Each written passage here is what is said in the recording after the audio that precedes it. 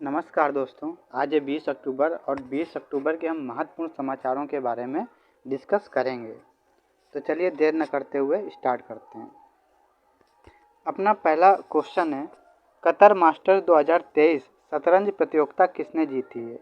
पहला ऑप्शन है हमारा कार्तिकेयन मुरली, दूसरा है मैग्नस कार्लसन, तीसरा है सुब्रमण्यम, चौथा है इनमें से कोई नहीं। तो राइट आंसर है हमारे भारत के कार्तिकेयन मुरली ने कतर मास्टर 2023 शतरंज का खिताब जीता है। तो ये आप फोटो में देख सकते हैं, ये कार्तिकेयन मुरली हैं और ये जो इनके सामने जो खेल रहे हैं ये मैग्नस कार्लसन है। ओके, इन्होंने बहुत सारे खिताब जीते हैं, इनको हराकर इन्होंने इतिहास रच दिया है। चलिए आगे देखते हैं। अगला क्वेश्चन है हमारा, अभी हाल ही में आपदा प्रबंधन में गोल्डन पीकॉक पुरस्कार से किस कंपनी को सम्मानित किया गया है? तो पहला ऑप्शन है हमारा इंडियन ऑयल लिमिटेड, दूसरा है आरईसी लिमिटेड, तीसरा है रिलायंस, चौथा है इनमें से कोई नहीं। तो इसका जो राइट आंसर है वो हो जाएगा आरईसी लिमिटेड। इसको क्या मिला? गोल्डन पीकॉक पुरस्कार से सम्मानित किया गया है। बता दें ये कंपनी जो है ये महारत्न कंपनी है। कौन सी? महारत्न कंपनी है। इसको आपदा प्रबंधन में गोल्डन पीकॉक पुरस्कार मिला है। अभी हाल ही में जो नई जिस कंपनी को नई महारत्न कंपनी के रूप में शामिल किया गया है वो है इंडियन ऑयल लिमिटेड। ये क्या है? ये अभी हाल ही में इसको शामिल किया गया है महारत्न कंपनियों में। ओके, तो इसके बारे में और देखते हैं कि गोल्डन पीकॉक पुरस्कार किसके द्वारा दिया जाता है। एक संस्था आईओडी, ये institute of directors, okay, institute of directors के द्वारा ये पुरस्कार जो है गोल्डन पीकॉक पुरस्कार जो है ये दिया जाता है। तो चलिए इसमें याद रखिएगा जो हाल ही में महारत्न कंपनी का जिस कंपनी को दर्जा दिया गया है वो है Indian oil limited, IOL। Okay, IOL। तो चलिए आगे देखते हैं। अगला क्वेश्चन है हमारा कि 75 वर्षों बाद उत्तरी जो जम्मू कश्मीर है उसमें किस मंदिर में शरद नवरात्रि की पूजा की गई है? तो पहला ऑप्शन है हमारा रघुनाथ मंदिर, दूसरा है शारदा मंदिर, चौथा है शिव मंदिर, तीसरा शिव मंदिर, चौथा है खीर भवानी मंदिर। तो जो राइट आंसर है हमारा वो है शारदा मंदिर। इसमें क्या 75 वर्षों के बाद, समझ लीजिए कि आज़ादी के बाद से अभी इसमें क्या किया गया, इसमें इस बार पूजा की गई है। ये उत्तरी जम्मू कश्मीर में LOC के पास कुपवाड़ा जगह है। आप इसको न्यूज़ में सुनते रहेंगे कुपवाड़ा में कि आतंकी हमला हुआ या सेना के जवानों ने आतंकियों को मारा। इस जगह पे ऐसी गतिविधियाँ होती रहती हैं। ओके, जैसे कि ये जम्मू कश्मीर का मैप है, अगर देख लिया जाए तो इसमें जो ये लाइन है ये क्या कहलाया करती है? LOC। क्योंकि ये वाला भाग जो है ये पाकिस्तान के कब्जे में है। क्या? पाकिस्तान के कब्जे में, और इसको आज़ाद कश्मीर के नाम से पाकिस्तान बुलाता है। इसको बोलते हैं LOC। और जो यहाँ चाइना कब्जा किए हुए जिस क्षेत्र को, ये जो लाइन है इसको क्या बोलते हैं? इसको बोलते हैं LAC, line of actual control, और LOC है लाइन ऑफ कंट्रोल। ये पाकिस्तान के साथ वाली सीमा है जो गैर कानूनी तौर पर पाकिस्तान जम्मू कश्मीर पे कब्जा किए हुए है। तो चलिए आगे देखते हैं। अगला क्वेश्चन है हमारा, भारत की पहली जो रैपिड ट्रेन है उसका क्या नाम रखा गया है?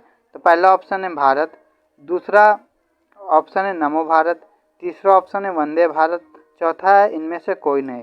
तो राइट आंसर है ऑप्शन बी, नमो भारत। प्रधानमंत्री मोदी जी इसका उद्घाटन करेंगे और इसका नाम क्या रखा गया है? नमो भारत रखा गया है। अब ये ट्रेन कौन से रूट पे चलेगी ये देखते हैं। ये दिल्ली, गाजियाबाद और मेरठ, इस रूट पे ये वाली ट्रेन चलेगी। इसकी फ़ोटो आप ये देख सकते हैं स्क्रीन पे।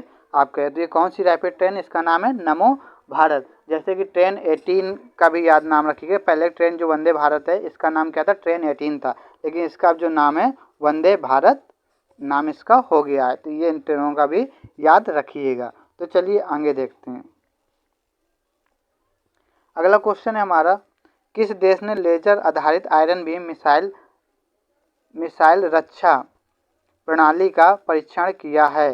तो पहला ऑप्शन है हमारा इजराइल, दूसरा है ईरान, तीसरा है रूस, चौथा है इनमें से कोई नहीं। तो हमारा जो राइट आंसर है वो हो जाएगा इजराइल। इजराइल की लोकेशन आप ये देख सकते हैं येलो कलर में, क्योंकि ये जो कुछ पार्ट है ये क्या है, फिलिस्तीन यहाँ पे बसा हुआ है। 1948 के पहले ये पूरा देश जो है ये क्या कौन हुआ करता था, फिलिस्तीन हुआ करता था। लेकिन इस 1948 के बाद इसका कुछ हिस्सा इजराइल को दे दिया और धीरे धीरे युद्ध होते होते इजराइल ने काफ़ी विस्तार कर लिया। इसी में एक थोड़ी सी जगह पड़ती है, ये गाजा ट्रिप यानी कि गाजा पट्टी।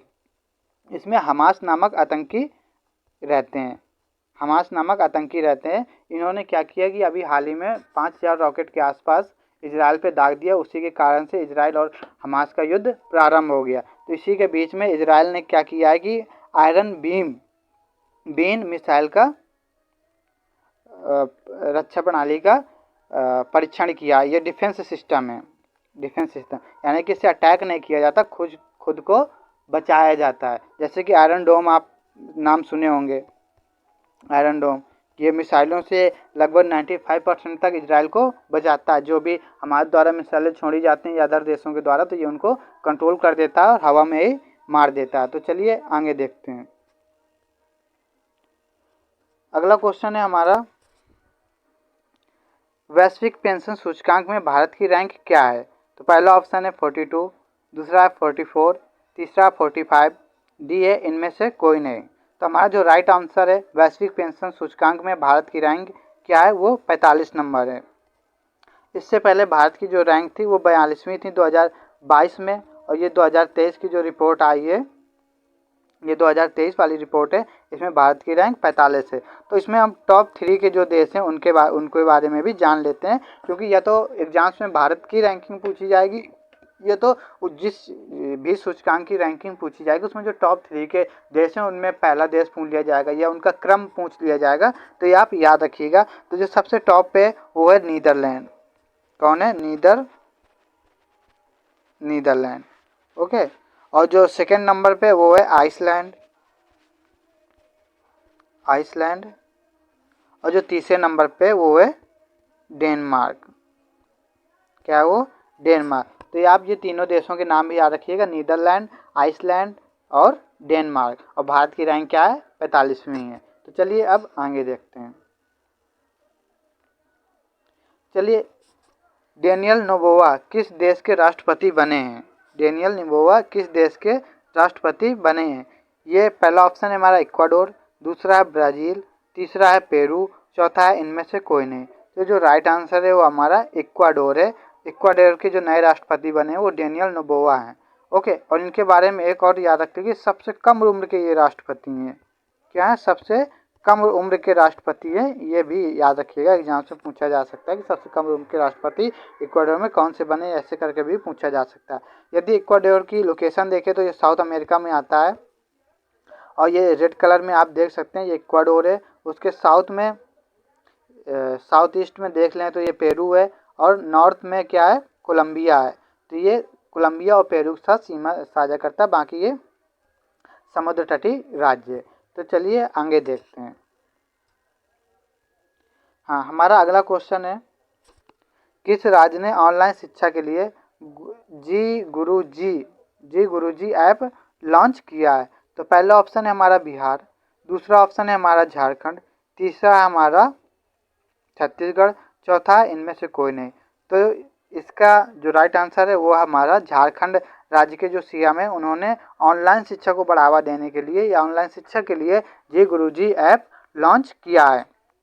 तो सबसे पहले झारखंड की राजधानी क्या? रांची। आप जानते हैं कि जो महेंद्र सिंह धोनी है वो यहीं से संबंध रखते हैं। तो झारखंड को लोकेशन में अगर देखें तो ये बिहार के साथ सीमा साझा करता है, उत्तर प्रदेश के साथ करता है, और ये छत्तीसगढ़ के साथ करता है, उड़ीसा के साथ करता है, और पश्चिम बंगाल के साथ करता है। तो ये देखिए बिहार है, ये यूपी है, और ये छत्तीसगढ़ है, ये उड़ीसा है, और ये वेस्ट बंगाल। इतने राज्यों के साथ ये क्या करता है?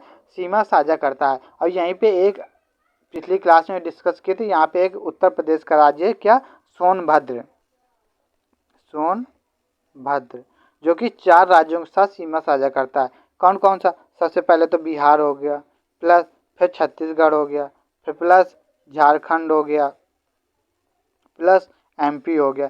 इन 4 राज्यों के साथ कौन सा राज्य इन 4 राज्यों के साथ जो उत्तर प्रदेश का सोनभद्र जिला है वो क्या करता है, सीमा साझा करता है। ये भारत का एकमात्र ऐसा जिला है जो कि 4 राज्यों के साथ सीमा साझा करता है, इसलिए सोनभद्र को भी याद रखें। अब चूंकि झारखंड के बारे में पढ़ रहे हैं तो इनके जो यहाँ के मुख्यमंत्री हैं जिन्होंने जी गुरुजी ऐप लॉन्च किया है वो कौन है, यहाँ के मुख्यमंत्री हेमंत सोरेन। यहाँ के क्या कौन है, मुख्यमंत्री हैं। तो इतने मुख्य बिंदु जरूर याद रखें। चलिए अब आगे देखते हैं। अब हमारा अगला क्वेश्चन है कि हाल ही में नासा ने क्षुद्र ग्रह के अध्ययन के लिए कौन सा अंतरिक्ष यान भेजा है। ये रहा अपना कि अभी 1 मिनट कि हाल ही में नासा ने क्षुद्र ग्रह के अध्ययन के लिए कौन सा अंतरिक्ष यान भेजा है। तो पहला ऑप्शन हमारा बेरलू, दूसरा है साइकी, तीसरा रेयुगु, चौथा इनमें से कोई नहीं। तो जो राइट आंसर है वो है साइकी नामक जो अंतरिक्ष यान है वो नासा आप जानते हैं किस देश की एजेंसी है, यूएसए की एजेंसी है। ओके, तो आप अगर मैप में देखें यूएसए नॉर्थ अमेरिका में, यहाँ पे इसके कनाडा है और इसका जो बॉर्डर ये बिल्कुल समानांतर है। ये क्या है, कनाडा है और ये यूएसए, जो इन दोनों की सीमा साझा करता है 49वीं समानांतर रेखा के नाम से जानते हैं इसको। किसके, 49वीं समानांतर रेखा के नाम से इसको जानते हैं। ये याद रखिएगा इनके बॉर्डर को। जैसे अपने 8 degree channel, 9 degree channel, 10 degree channel, या पाक स्टेट जैसे श्रीलंका के साथ पाक स्टेट किसके मध्य, भारत और श्रीलंका के मध्य। इसी तरह के जो 49वीं समानांतर रेखा है वो कनाडा और यूएसए की बॉर्डर का नाम है। ओके, तो राइट आंसर हो गया इसका साइकी। चलिए आगे देखते हैं। अगला क्वेश्चन है एविएशन एनालिटिक्स फॉर्म सीरियम की वैश्विक ऑन टाइम प्रदर्शन रैंकिंग में कौन सा अंतर्राष्ट्रीय हवाई अड्डा शीर्ष पर रहा है। तो पहला हमारा कैंपगोड़ा हवाई अड्डा, दूसरा है बिरसा मुंडा हवाई अड्डा, तीसरा है राजीव गांधी हवाई अड्डा, चौथा है इनमें से कोई नहीं। तो इसका जो राइट आंसर है वो हमारा कैंपेगौड़ा हवाई अड्डा है। ये कहाँ का हवाई अड्डा, बेंगलुरु का है, बेंगलुरु का। कैंपेगौड़ा जी के नाम से कैंपेगौड़ा हवाई अड्डा रखा है। इनकी मूर्ति इस बेंगलुरु एयरपोर्ट के बाहर भी लगाई गई है। ये बात आप याद रखिएगा कि इनकी मूर्ति के बारे में पूछ सकते हैं कि कहाँ पे स्थापित की गई थी। जिसका राइट आंसर हमारा ए हो गया, कैंपेगौड़ा हवाई अड्डा। तो चलिए आगे देखते हैं। अगला क्वेश्चन है हमारा, हाल ही में काटी बिहू, क्या काटी बिहू 2023 त्यौहार कहाँ मनाया गया। बिहू से तो संबंधित हो जानते ही होंगे कि इसका राइट आंसर क्या हो जाएगा, असम हो जाएगा। अब थोड़ा हम असम की लोकेशन देखते हैं कि असम किन किन राज्यों के साथ सीमा साझा करता है, इसके बारे में भी थोड़ा देखते हैं। ये क्या है, इधर ये भूटान है। ओके, भूटान एक देश है। ये असम है पूरा। तो असम किसके साथ करता है, ये वेस्ट बंगाल जो थोड़ा सा हिस्सा दिख रहा है आपको, ये पश्चिम बंगाल है। तो पश्चिम बंगाल के साथ सीमा साझा करता है। और मेघालय के साथ करता है, त्रिपुरा के साथ करता है, मिजोरम के साथ करता है, मणिपुर के साथ करता है, नागालैंड के साथ करता है और अरुणाचल प्रदेश के साथ सीमा साझा करता है। अगर इसको सिंपल माध्यम से याद करें तो 7 सिस्टर्स में जितने भी 7 देश हैं, अगर असम को हटा दिया जाएगा तो 6 बचेंगे ना। तो असम जो 7 सिस्टर के जितने भी देश हैं उन सब के साथ सीमा साझा करता है। तो असम को हटाकर बटे 6 बचे, कितने बचे देश, 6 बचे। और उनमें से एक अदर राज्य 7 सिस्टर से बाहर का जो राज्य पश्चिम बंगाल, उसके साथ भी सीमा साझा करता है। और अगर देखा जाए अंतर्राष्ट्रीय सीमा किसके साथ करता है, ये भूटान हो गया और ये बांग्लादेश हो गया। ओके, तो 2 देशों के साथ अंतर्राष्ट्रीय सीमा साझा करता है और 7 राज्य ऐसे हैं भारत के जिनके साथ असम क्या करता है कि अपनी सीमा साझा करता है। इसका राइट आंसर हो गया था असम में। अभी कुछ और इसमें पॉइंट देख लेते हैं कि असम में कामाख्या मंदिर है, कामाख्या मंदिर है। ये भी याद रखिएगा, पूछ लिया जाता है कि कामाख्या मंदिर किस राज्य में स्थित है, ये भी याद रखिएगा।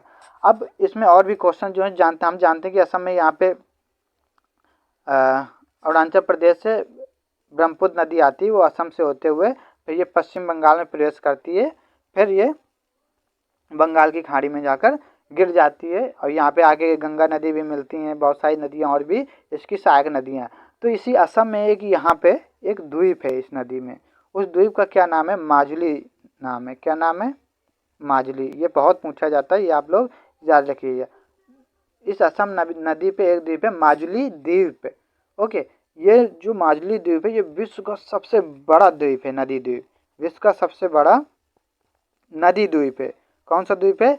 नदी द्वीप है। इसलिए ये याद रखिएगा, ये पूछा जा सकता है कि किस नदी में स्थित है विश्व का सबसे बड़ा नदी द्वीप, या किस राज्य में है, और ये जरूर आप लोग ये क्वेश्चन याद रखिएगा। इसमें और भी ये हो गया इधर, तो ये असम में क्या हो गया, कितने क्वेश्चन हो गए कि असम में कामाख्या मंदिर है। असम जो है 7 राज्यों के साथ सीमा साझा करता है और 2 देशों जो यानी कि अंतर्राष्ट्रीय सीमा 2 देशों के साथ, एक भूटान और एक बांग्लादेश के साथ सीमा साझा करता है। और असम में जाने तो असम में से जो है ब्रह्मपुत्र नदी होकर जाती है, और ब्रह्मपुत्र नदी में विश्व का सबसे बड़ा नदी द्वीप जो है वो कौन सा है? माजुली द्वीप है। कौन सा द्वीप है? माजुली द्वीप। तो इतने क्वेश्चन याद रखें। चलिए अब आगे देखते हैं। कल आपको एमएसपी के लिए बताए थे, मिनिमम सपोर्ट प्राइस जो होता है किसानों के फसलों के जो खरीदारी होती है उसको सरकार एक निर्धारण करती है कि मिनिमम इतने रुपए में आपका जो फसलें हैं उनको खरीदी ही जाएंगी। तो उसी पे सरकार ने मुख्य 6 फसलों में कुछ बढ़ोतरी की है, तो उनके बारे में देख लेते हैं कि कौन कौन सी वो 6 फसलें हैं। तो पहला है हमारा गेहूँ। गेहूँ पहले 2125 था, अब 2275 हो गया, 150 रुपये प्रति क्विंटल के रेट से इसको बढ़ा दिया गया। दूसरा हमारा जौ, इसमें 115 रुपये की वृद्धि करके 1850 रुपये में कर दिया गया, 1850 पर क्विंटल। ओके। अगली फसल है हमारा चना।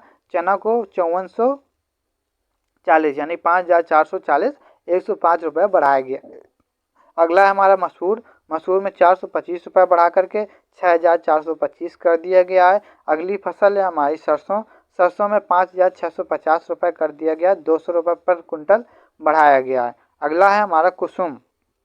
कुसुम में 150 रुपये प्रति कुंटल बढ़ा के 5800 रुपये कर दिया गया है। यदि आप इतना सब न याद कर सकें तो कम से कम इन 6 फसलों को तो याद ही कर लें जिनमें एमएसपी बढ़ाया गया है। कौन कौन सा? गेहूँ, जौ, चना, मसूर, सरसों, कुसुम। ये 6 फसलें जरूर याद रखें।